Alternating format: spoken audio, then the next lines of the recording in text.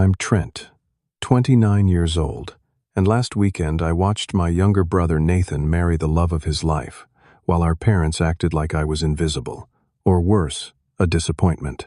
You see, my decision to join the Navy instead of following the academic path they'd planned crushed them. For years, they've treated my service like I'm just opening doors on a ship, while Nathan became their golden child. What nobody knew was that Emily, Nathan's mysterious bride, was about to expose a truth that would silence the entire room. Before I tell you how my brother's wedding turned into a battlefield of family shame and military honors, let me know where you're watching from and hit that like button if you've ever had your family misunderstand your life. Choices. Growing up in the Matthews household meant one thing above all else. Academics were everything. My parents weren't just casual intellectuals, they were academic royalty. My mother, Dr. Carolyn Matthews, was a theoretical physicist at MIT, whose work on quantum mechanics had been featured in every major scientific journal. My father, Dr. Richard Matthews, served as the department chair of economics at Harvard, with 3 published books and a constant stream of doctoral candidates seeking his mentorship. From my earliest memories, dinner conversations revolved around research papers, grant proposals, and which colleague had just secured tenure. Words like prestigious, groundbreaking, and peer-reviewed were thrown around our household the way most families discussed the weather or sports scores. My parents measured success in degrees, publications, and how many times you were cited in academic journals. I was a disappointment from the start. While I enjoyed learning the rigid academic path, never called to me the way it did to my parents. I found myself drawn to practical skills, leadership opportunities, and the idea of service. When career day came in high school, I gravitated toward the military recruiters, while my parents pushed me toward university representatives. "The military is for people who can't think for themselves," my father once said over dinner when I first mentioned my interest. "Just following orders isn't a career, Trent. It's a surrender of your intellect." My mother wasn't any kinder. "People join the military when they have no other options. You have every opportunity ahead of you. We didn't raise you to waste your potential." Then came Nathan, my brother, 4 years younger than me. From an early age, he displayed the academic prowess my parents craved. He devoured books, excelled in advanced placement courses, and seemed genuinely interested in the academic discussions that dominated our home. While I struggled to maintain a B average, Nathan effortlessly collected straight A's and academic awards. "Why can't you be more like your brother?" became the soundtrack of my teenage years. When the time came to make decisions about my future, I chose what felt right for me despite their protests. I enlisted in the Navy at 18, triggering what felt like a family crisis. My mother cried. My father refused to speak to me for weeks. Nathan watched uncomfortably from the sidelines, caught between family loyalty and his parents' obvious preference. "You'll regret throwing your life away," my father said the day I left for basic training. What they never understood, never bothered to learn, was that my military career quickly became more than just following orders. I excelled in ways they couldn't comprehend because they never asked. I advanced rapidly through specialized training, eventually joining an elite unit that handled operations too classified to discuss with civilians, even family. For security reasons, I maintained the fiction that I worked in a relatively mundane capacity. Naval logistics and security was my standard response when pressed about my position. My parents interpreted this as confirmation of their belief that I was essentially a glorified doorman checking IDs and directing traffic on naval bases. Meanwhile, Nathan followed the prescribed path. Undergraduate degree from Princeton. Harvard MBA. Position at a prestigious consulting firm. Every achievement carefully curated and loudly celebrated by our parents. "Your brother just secured a 6-figure starting salary," my mother would mention during our infrequent phone calls. "Nathan's presenting at an international conference next month," my father would add, not bothering to ask about my own life. I found my own family within the Navy. My unit became the brothers and sisters who understood my work, respected my abilities, and recognized my achievements. Commander Jackson, my superior officer, became more of a father figure than my actual father had ever been.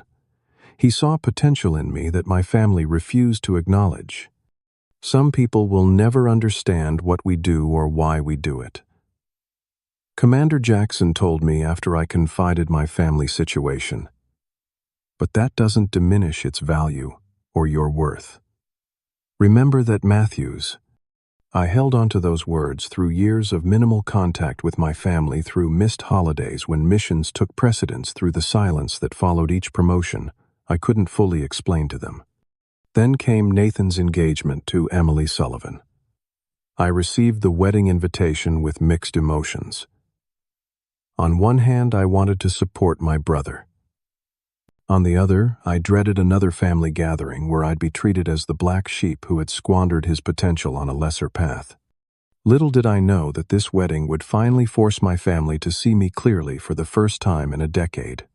The wedding venue was exactly what I expected from Nathan and our parents, an exclusive historic estate in Virginia, with manicured gardens, a colonial mansion and staff that moved with the practiced precision of people accustomed to serving the elite.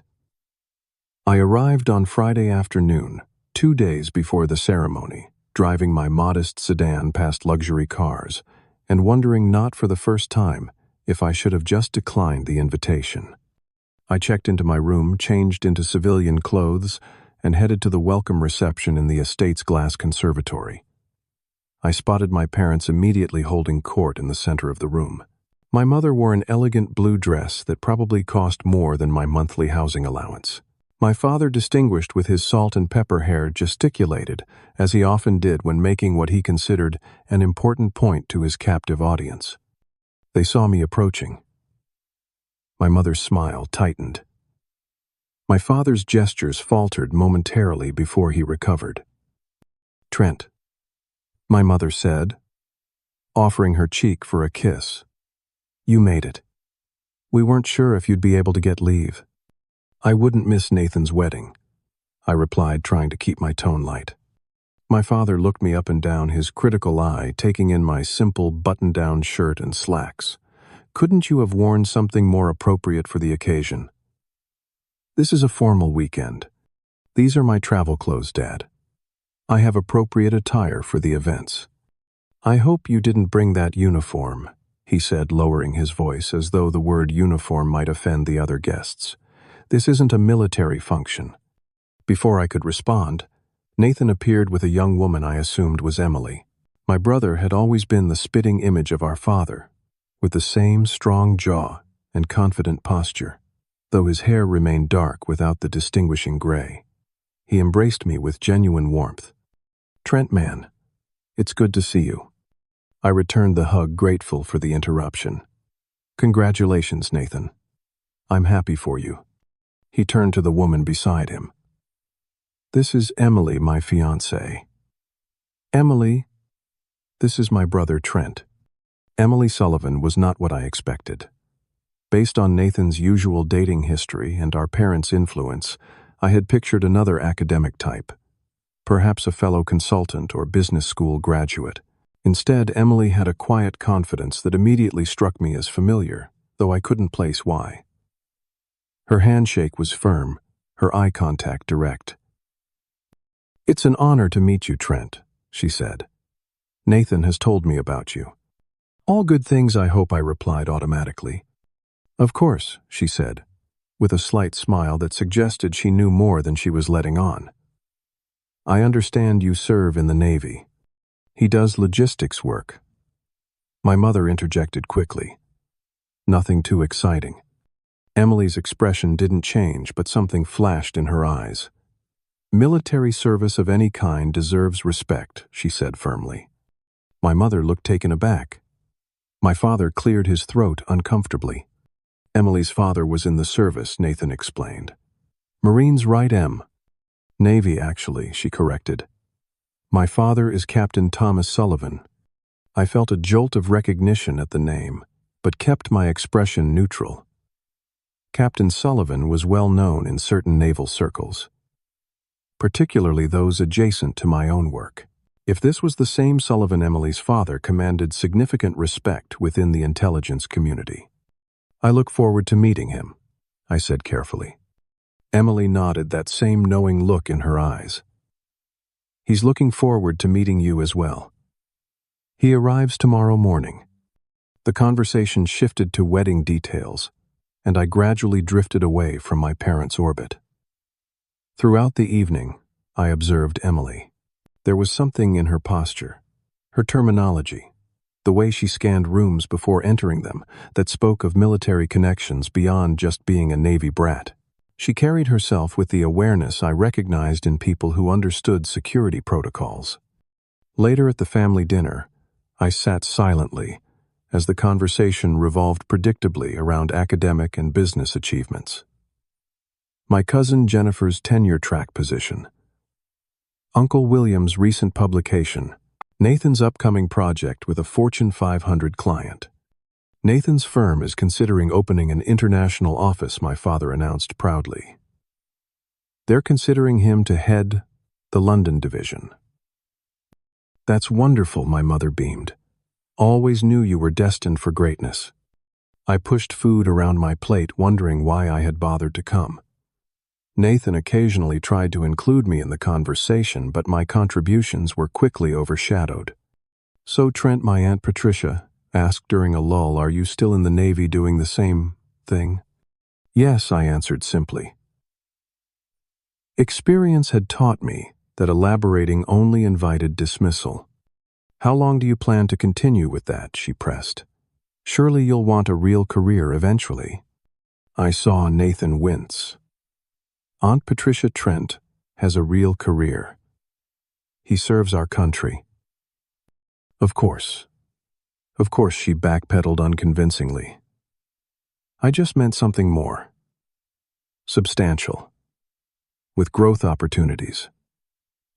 The evening continued in this vein until I noticed a commotion near the entrance. A man in his late 50s had arrived, his bearing immediately recognizable to me, though he wore civilian clothes. Captain Thomas Sullivan had entered the room, and even in this setting he commanded attention. Emily immediately went to greet him, and the resemblance between father and daughter became apparent. They shared the same evaluating gaze, the same economy of movement. When Emily brought him to our table, I instinctively straightened my posture. "Dad. These are Nathan's parents, Dr. Richard and Dr. Carolyn Matthews," Emily introduced. "And this is Nathan's brother Trent." Captain Sullivan shook hands with my parents politely, but when he turned to me, his eyes narrowed slightly, taking in details most civilians would miss. His gaze lingered momentarily on my right wrist, where a small scar from a mission in Yemen remained visible. "Matthews," he said thoughtfully. "Naval Special Warfare." "Yes, sir," I answered automatically before I could catch myself. My parents looked confused by the exchange. Nathan appeared equally puzzled. "Trent does some security work at Norfolk," my father explained dismissively. "Nothing special." Captain Sullivan's eyebrow raised fractionally, but he merely nodded. "Is that so? Well, security is crucial work." Throughout dinner, I noticed Captain Sullivan watching me with interest. And occasionally, he would ask me pointed questions that seemed innocuous to civilians, but carried deeper meaning to those familiar with naval operations. I answered carefully, maintaining my cover while acknowledging his expertise. By the end of the evening, I was certain Captain Sullivan knew exactly who I was and what I did. And for the first time since arriving, I felt a glimmer of hope that this wedding weekend might not be a complete exercise in humiliation. The rehearsal dinner the following evening took place in the estate's formal ballroom, a cavernous space with crystal chandeliers and antique mirrors that multiplied the light from hundreds of candles. The guest list had expanded to include extended family, close friends, and professional colleagues of both families. I recognized several distinguished academics among the crowd, undoubtedly connections of my parents. I sat at a table near the back, nursing a glass of whiskey and observing the social dynamics. My parents worked the room like politicians introducing Nathan to influential connections, their body language radiating pride. Nathan played his part well, though I occasionally caught him glancing in my direction with an expression I couldn't quite decipher. "Mind if I join you?" Captain Sullivan appeared beside my table, a tumbler of scotch in his hand. "Please," I gestured to the empty chair. He sat down and studied me for a moment. "Matthews," he said quietly. "I've heard that name mentioned in certain briefings. Operation Kingfisher, wasn't it?" I kept my expression neutral. Kingfisher had been a classified extraction of 3 intelligence officers from a hostile situation in North Africa 2 years ago. That Captain Sullivan knew about it confirmed my suspicions about his position in naval intelligence. "I can neither confirm nor deny, sir," I replied with the standard response. He chuckled. "Of course. But those service ribbons you're not wearing tonight, they'd tell quite a story, wouldn't they?" I allowed myself a small smile. "Perhaps. Does your family know?" "No," I said simply. "It's easier this way." He nodded thoughtfully. "Emily recognized your name immediately when Nathan mentioned his brother.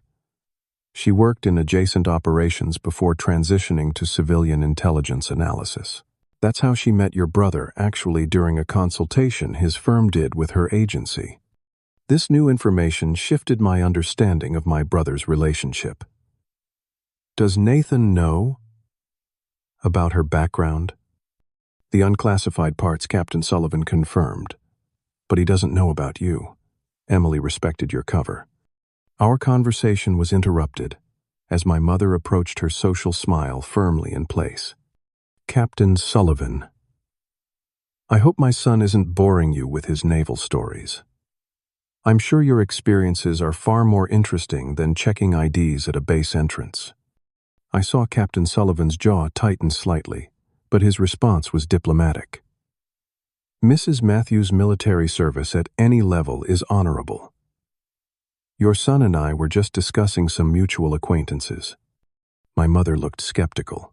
"Well, don't let me interrupt. Though I'm sure Nathan would appreciate your company at the main table, Captain. He's quite interested in your work with international security firms." After she departed, Captain Sullivan shook his head. "They really have no idea, do they?" "They've never wanted to know," I replied, finishing my whiskey. Throughout the evening, the pattern continued. My parents would make dismissive remarks about my career, Nathan would attempt half-hearted defenses, and I would retreat further into silence. Emily watched these interactions with growing discomfort, occasionally exchanging glances with her father. As dinner concluded, my father stood to offer a toast.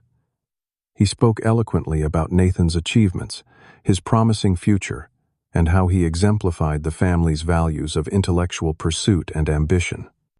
And tomorrow, he joins his life with Emily, a woman whose intelligence and accomplishments make her a perfect partner. My father raised his glass. To Nathan and Emily, carrying forward a legacy of excellence. Applause followed. My mother then stood for her own toast, equally effusive about Nathan's qualities. As she concluded, she added what she clearly thought was a light-hearted addition.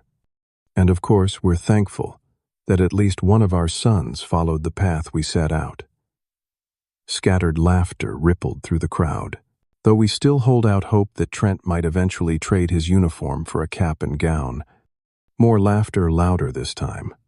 I kept my expression carefully blank, though I felt heat rising in my neck. Nathan looked mortified. "Mom, come on," he said quietly. "Oh, Nathan, I'm just teasing," she replied, though her smile didn't reach her eyes. "We're proud of both our sons in different ways." The implicit hierarchy in her statement was clear to everyone. As guests began to mingle again, I slipped out onto the terrace for air, contemplating whether I should even attend tomorrow's ceremony. A part of me wanted to drive back to base tonight to return to the world where my contributions were valued. They don't deserve your loyalty, you know. I turned to find Emily standing behind me, her expression sympathetic. "Nathan does," I replied. "He's not like them." "No, he isn't," she agreed. "But he's not strong enough to stand up to them either. At least not yet." We stood in silence for a moment, looking out over the darkened gardens. "My father told me about some of your work," she said finally. "Not the classified details, but enough. I've worked with people like you, Trent. I know what you sacrifice. I know what it costs. Thank you," I said, unsure how else to respond. "Tomorrow will be different," she promised cryptically. "Just be prepared." Before I could ask what she meant, Nathan appeared looking for his bride-to-be. He seemed relieved to find us together. "Everything okay out here?" he asked, his gaze darting between us. "Just getting some air," I assured him. "Trent, about what Mom said," he began awkwardly. I cut him off. "It's fine, Nathan. I'm used to it." "It's not fine," he insisted. "I should have said something more." "Tomorrow's your day," I reminded him. "Don't worry about me." He hesitated, then nodded, taking Emily's hand. As they turned to leave, Emily looked back over her shoulder. "Wear your full-dress uniform tomorrow," she said. "Trust me." Morning light filtered through the curtains of my hotel room as I stared at my dress uniform hanging in the closet. Emily's words echoed in my mind. "Wear your full-dress uniform. Trust me." I had planned to wear a standard suit, knowing how my parents felt about my military career being prominently displayed at their event. For nearly 10 years, I had downplayed my service to keep the peace. I had accepted their dismissal, their condescension, their belief that I had chosen a lesser path. I had hidden my accomplishments, my promotions, the respect I had earned among my peers and superiors. What would happen if I stopped hiding? I showered and began the meticulous process of preparing my uniform. Every button polished, every crease, perfect, every ribbon and medal, precisely placed according to regulation. The uniform told a story that words couldn't. Operations in 12 countries. Commendations from 3 military branches, recognition at the highest levels of naval command. When I was finished, I studied my reflection. The man in the mirror looked nothing like the failure my parents described at every family gathering. He looked like what he was, a decorated naval officer who had served with distinction. I arrived at the ceremony venue 30 minutes early, drawing immediate attention as I stepped from my car in full dress uniform. The first person I encountered was Captain Sullivan, similarly attired in his formal Marines uniform, covered with his own impressive array of service medals. Lieutenant Commander Matthews, he greeted me formally, offering a crisp salute that I returned. "Captain Sullivan." He smiled, taking in my appearance. I see Emily's suggestion was taken to heart. "Is there something I should know about today?" I asked directly. "Emily feels it's time your family understood exactly who you are," he replied. "She's arranged for some context." Before I could press for details, I noticed several other military personnel arriving, officers in formal dress from various branches. They nodded respectfully in my direction, a few even saluting despite the civilian setting. My parents emerged from the main building and froze when they saw me. My father recovered, first striding toward me with barely contained anger. "What are you doing?" he hissed. "We agreed you wouldn't make a spectacle." "No, Dad.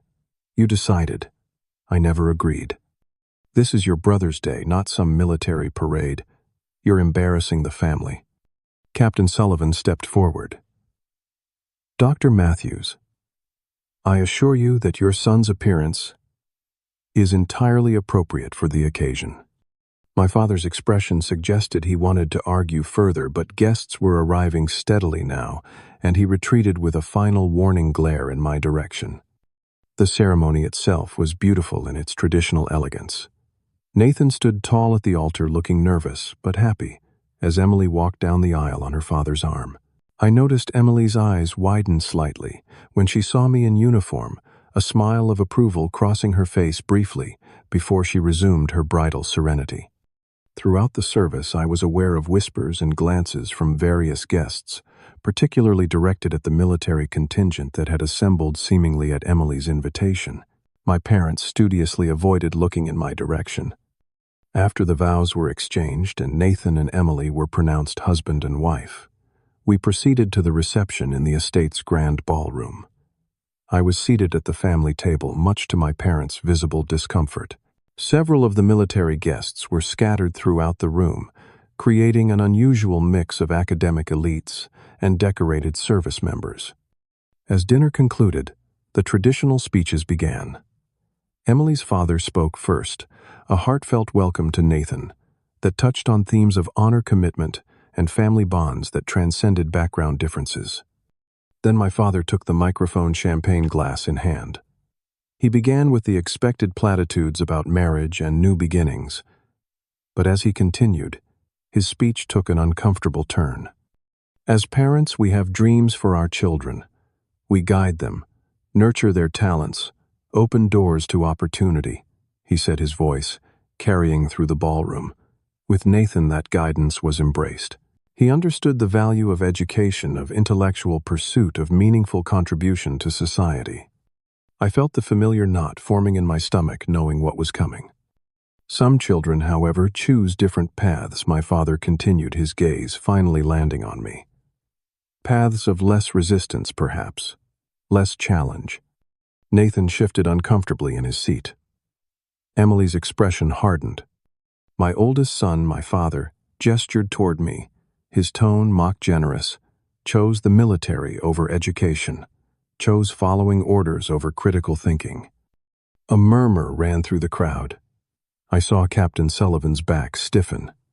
My brother's just a Navy doorman, my father said, his voice dripping with condescension. Who would respect him? He laughed, encouraging others to join. The room erupted in uncomfortable laughter, mostly from my parents' academic colleagues who had been primed for years to view my career with disdain. He's the disgrace of this family, my father added, raising his glass as if this were an appropriate toast. I remained silent, my face carefully expressionless, as I had been trained to do in far more physically dangerous, if less emotionally brutal situations.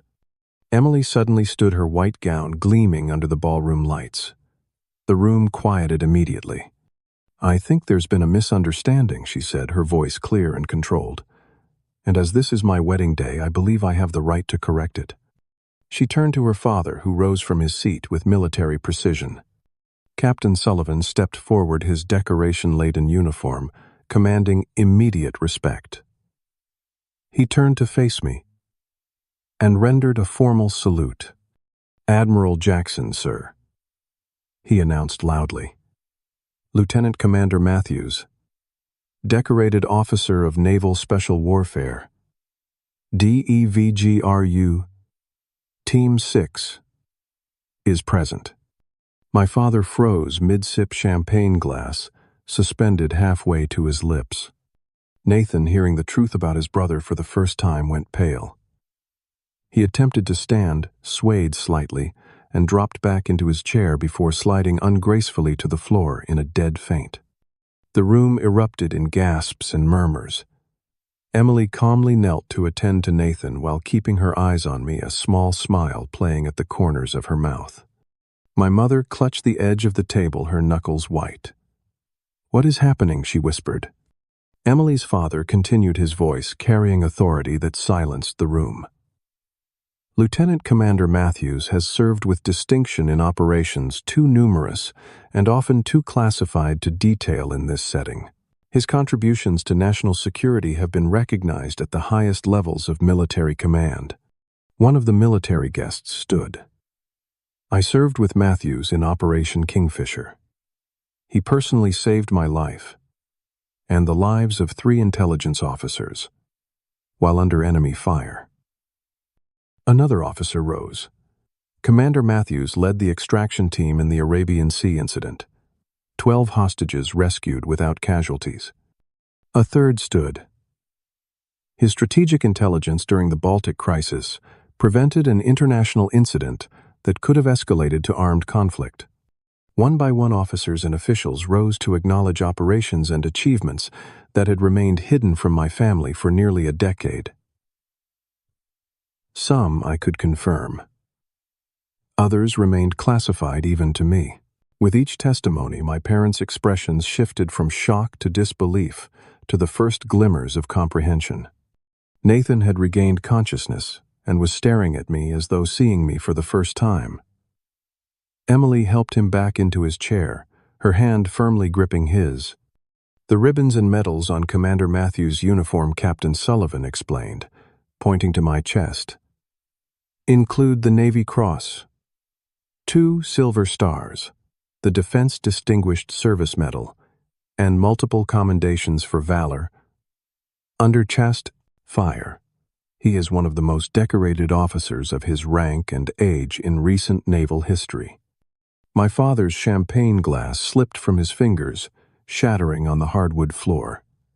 No one moved to clean it up. But my mother found her voice, though it trembled. "He told us he worked in logistics. Security." Emily stepped forward. "For security reasons, much of Commander Matthews' work cannot be disclosed to civilians, including family members. Logistics and security is a standard cover used by officers in sensitive positions. You knew my father directed this accusation at Emily. You knew and didn't tell us." I recognized his name from briefings I attended in my previous position with Naval Intelligence, Emily confirmed.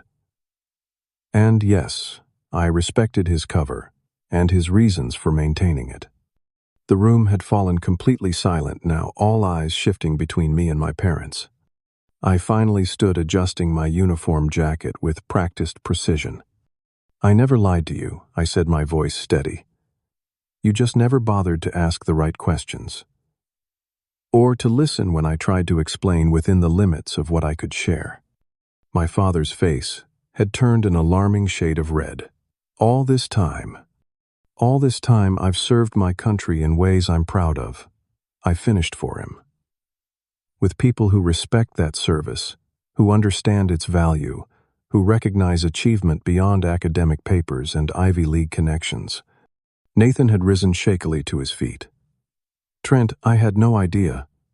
Why didn't you ever say anything?" "Partially security protocols," I acknowledged. "But honestly, would anyone in this family have believed me? If I had tried..." The silence that followed was answer enough. The reception continued in a strange, subdued atmosphere.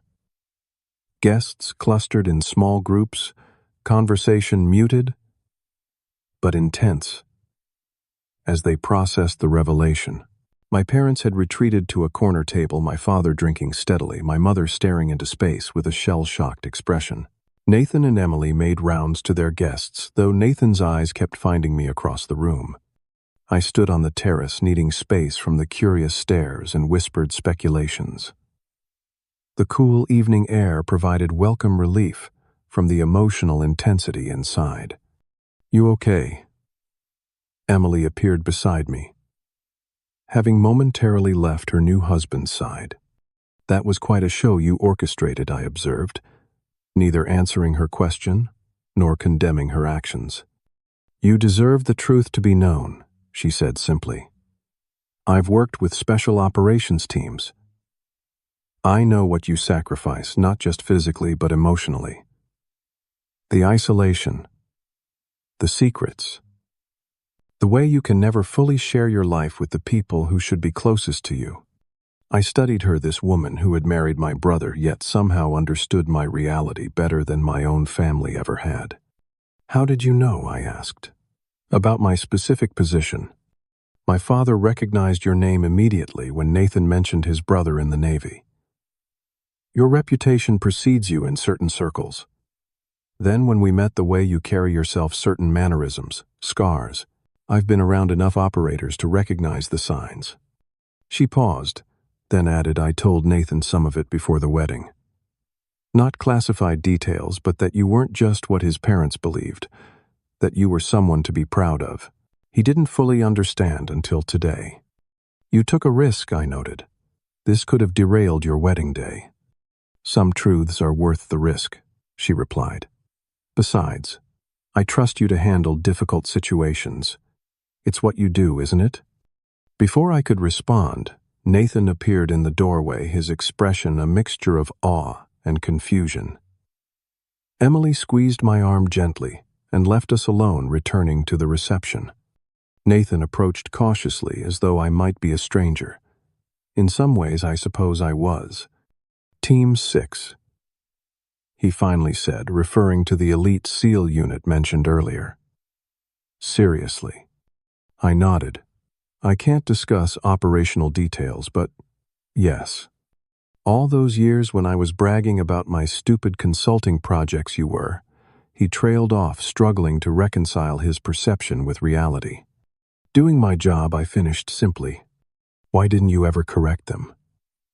Correct me. His voice held a note of hurt now. All those times they put you down, made you feel less than, and you just sat there and took it when you could have shut them up with one word. I leaned against the terrace railing, considering how to explain. Initially, it was security protocol. Later, I guess I realized that if they couldn't respect me without the medals and the classified missions, their respect wasn't worth much anyway. Nathan winced at the truth in my words. I should have defended you better. You tried in your way. Not hard enough, he insisted. I knew they were wrong about you, even if I didn't know the details. I got used to being their golden child. It was easier. I know, I acknowledged. It's okay. We stood in silence for a moment, years of family dynamics hanging between us. Those people in there, Nathan gestured toward the reception, they look at you like you're someone important. I'm just someone who does his job well, I said. Like you do yours. It's not the same, he shook his head. The things they said you've done. Saving lives, preventing conflicts. My biggest achievement is helping corporations increase profit margins. Every job has value if it's done with integrity. I told him, surprising myself with how much I meant it. I don't regret my path, and you shouldn't regret yours. Our conversation was interrupted as our parents approached, their expressions still stunned. My father had loosened his tie, a rare concession to disorder for him. Nathan, could we have a moment with your brother? My mother asked, her voice uncertain. Nathan glanced at me questioningly. I nodded, and he reluctantly left us alone. My father cleared his throat several times before speaking. There seems to have been a misunderstanding. That's one way of putting it, I replied neutrally. Why did you never tell us the truth? My mother demanded, a hint of her usual authority returning. I tried in the beginning. You weren't interested in hearing it. You said you worked in security. My father protested. And you immediately translated that to doorman, without asking for clarification, I pointed out. You decided what my service meant, without bothering to understand it. We couldn't have known. You could have asked, I interrupted. In 10 years, neither of you ever asked a single substantive question about my work, my achievements, my life. You were so convinced I had chosen a lesser path that you never considered any other possibility. They exchanged uncomfortable glances, the truth of my words hanging in the air between us. Those medals, my mother finally said. What do they mean? For the first time in our relationship, I saw genuine curiosity in her eyes. I explained each decoration briefly, sharing what I could about the circumstances behind them without breaching security protocols. The Navy Cross is the second highest decoration for valor, my father said. Quietly, recognition dawning. Just below the Medal of Honor. Yes. And you have one. Yes. For something you did that we know nothing about. Something I can't fully discuss. Even now, I confirmed. My father looked out over the darkened gardens, his academic's mind clearly struggling to process this paradigm shift. All these years, we thought. "I know what you thought I said. You made it abundantly clear." "Trent," my mother began, then faltered. "I don't know what to say." "You don't need to say anything right now," I told them. "This is Nathan's wedding day. We should go back inside." As we turned to return to the reception, Captain Sullivan approached accompanied by a distinguished-looking man in civilian clothes, whom I recognized as the Deputy Secretary of Defense. Commander Matthews, the Deputy Secretary, greeted me. "I hope I'm not interrupting, but I wanted to congratulate your brother and his bride before I depart, and to thank you personally for your work in Islamabad last month. The intelligence you secured was invaluable." My parents watched this exchange with wide eyes as I shook the man's hand and thanked him, carefully avoiding any operational details. As the officials departed, my father stared after them. "The Deputy Secretary of Defense knows you personally." It wasn't a question, but I answered anyway. "Yes. We've worked together on several operations. And he came to Nathan's wedding. At Captain Sullivan's invitation, I imagine. Emily has connections through her previous work." My parents exchanged another look, and I could almost see their entire worldview realigning before my eyes. The remainder of the reception passed in a blur of congratulations for the newlyweds and curious approaches from guests who had witnessed the earlier revelation. I answered what questions I could, deflected those I couldn't, and observed my parents attempting to process their new understanding of their eldest son. After the final guest departed, and Nathan and Emily retired to the bridal suite, I found myself alone with my parents in one of the estate's private sitting rooms. Captain Sullivan had tactfully ensured we would have privacy, directing the remaining military guests to the estate's bar for a nightcap. We sat in awkward silence for several minutes, the weight of a decade of misunderstanding hanging heavy in the air. My father finally broke the silence. "I suppose we owe you an apology," he said stiffly. "I'm not looking for apologies," I replied honestly. "Just understanding." "How can we understand when you've hidden the truth from us for years?" My mother challenged, a defensive edge to her voice. "I hid operational details due to security clearance requirements," I corrected her. "But I never hid who I was or what mattered to me. You just refused to see value in it." "That's not fair," she protested. "Isn't it?" I asked quietly. "Let me remind you of some moments, Mom. My commissioning ceremony, when you told relatives I was settling for military service. My first deployment, when you asked if I would eventually find a real profession. My promotion to lieutenant, which you dismissed as just moving up the ranks of followers." Each example landed like a physical blow. My father winced. "Or, how about you, Dad? When I came home with a combat injury 3 years ago, you asked if it was worth it for a government paycheck. When I received commendation for a rescue operation, the details of which I couldn't share, but tried to express how meaningful it was, you changed the subject to Nathan's new client account. When I missed Christmas because I was deployed, you suggested I lacked family commitment." "We didn't know," my father said weakly. "You didn't want to know," I countered. "You decided military service was beneath the Matthews family standard. And nothing I could have said would have changed that perception.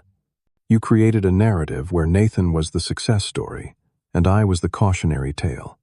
My mother's eyes had filled with tears, whether from guilt or continued defense. I couldn't tell. "Even if we had known about your position," she said carefully, "you have to understand our perspective. We value intellectual achievement, academic contribution. The military is about following orders, not independent thought." "Is that really what you think?" I asked, genuinely curious. "That military service, especially at advanced operational levels, doesn't require intelligence, critical thinking, or independent judgment?" Before she could answer, the door opened, and Nathan entered with Emily. "Sorry to interrupt," Nathan said, though his expression suggested the interruption was intentional. "Emily and I thought we should be part of this conversation." They sat beside me, a symbolic alignment that wasn't lost on our parents. Nathan, my father, began this. Is a private family discussion. Emily is family now, Nathan pointed out. And she understands both worlds in a way none of us do. Emily nodded. I grew up in a military family but worked closely with academic institutions through intelligence liaisons.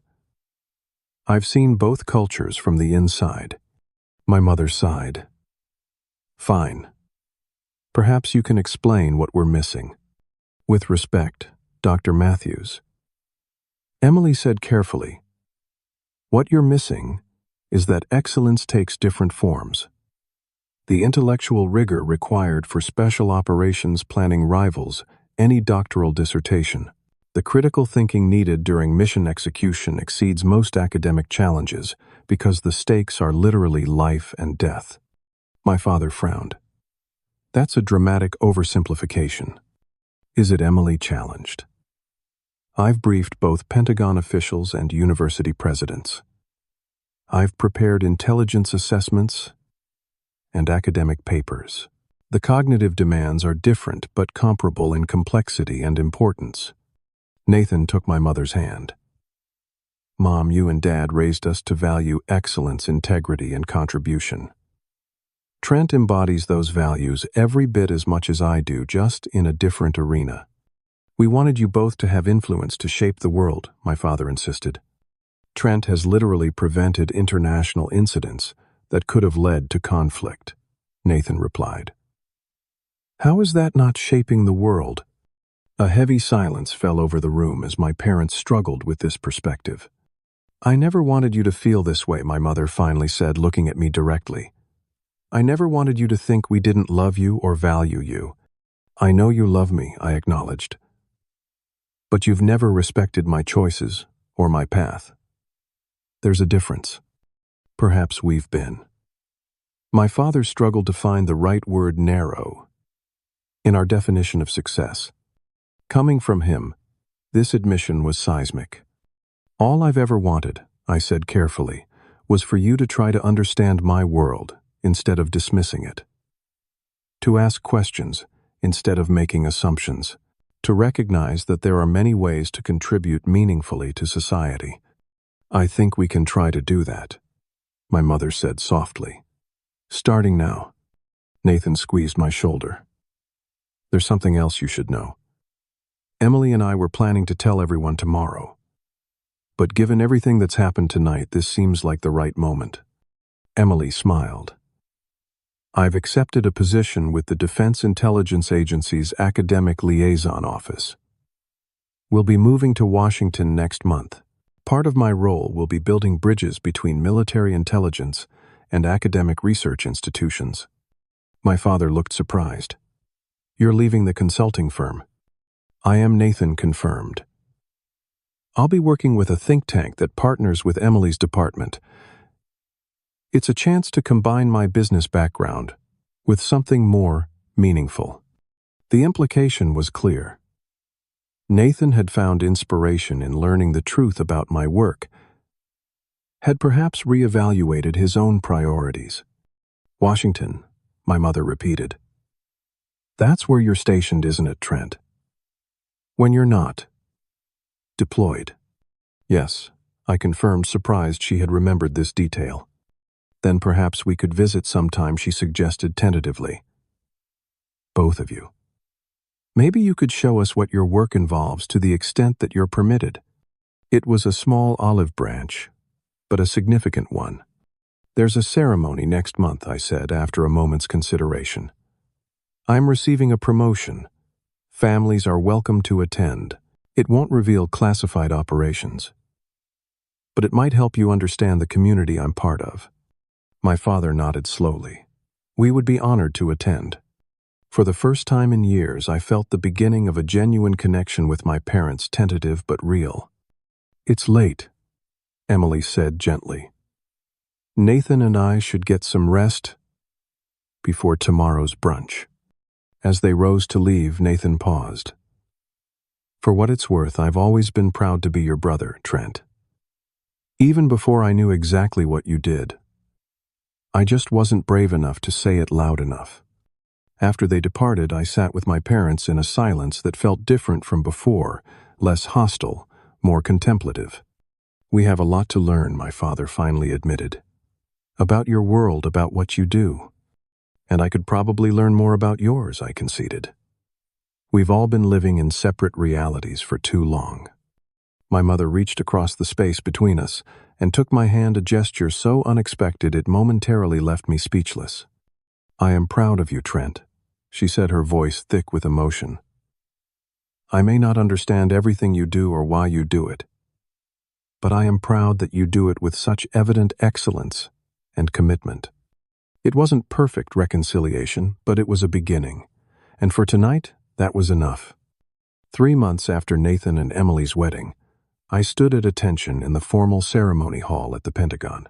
The promotion ceremony was smaller than many military events given the sensitive nature of my unit and position, but still impressively formal, with its display of flags, senior officers, and government officials.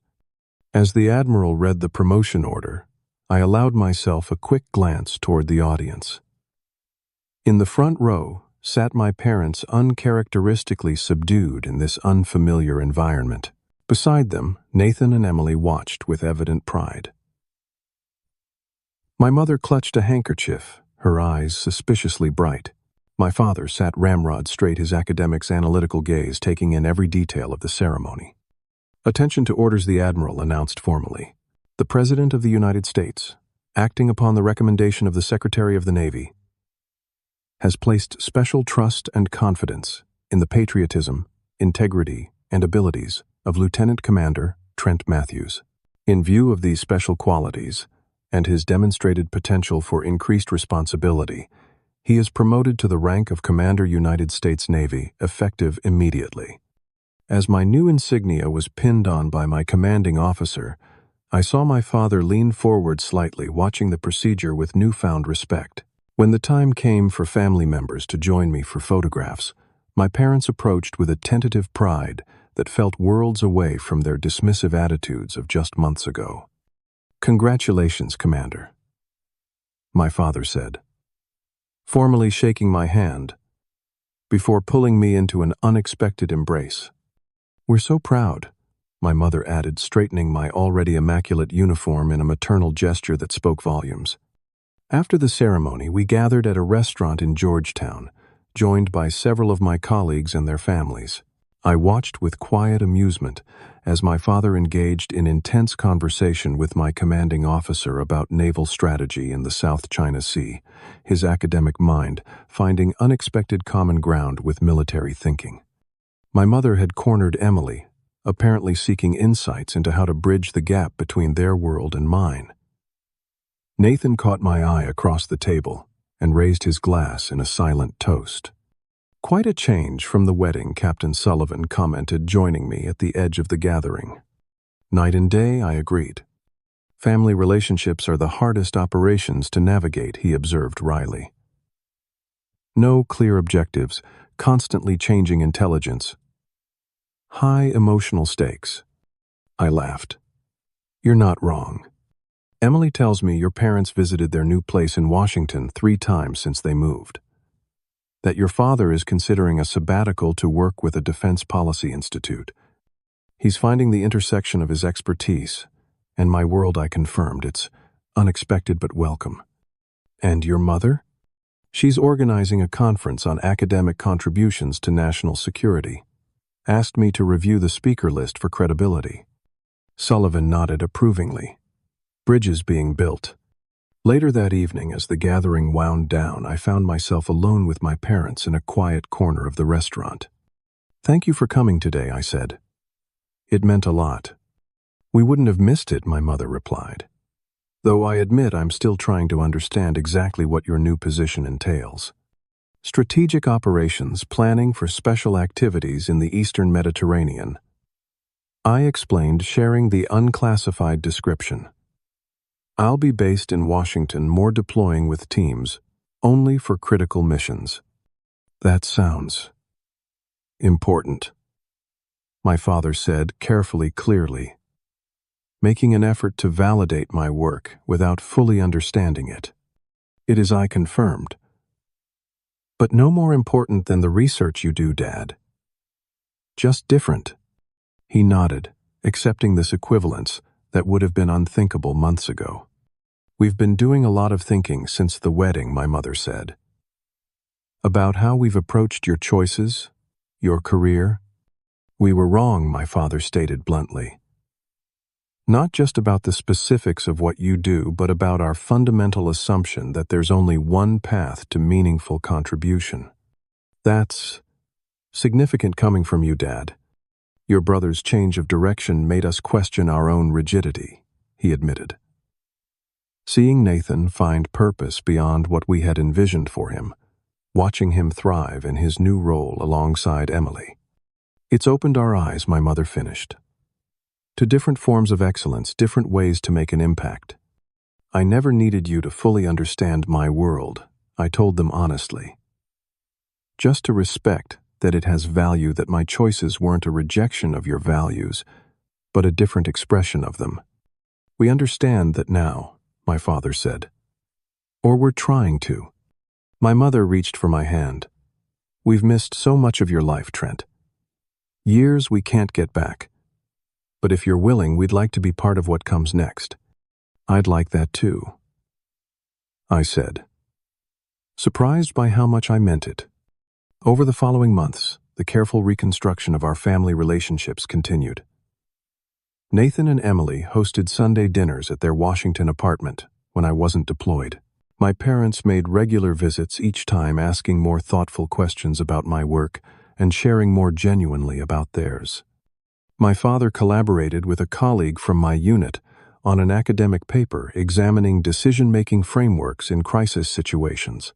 My mother invited me to guest lecture in her department about leadership principles from special operations that could be applied in academic settings. Small steps, but meaningful ones. The most profound moment came 6 months after the wedding, when my parents attended a ceremony where I received a commendation for a recently declassified operation.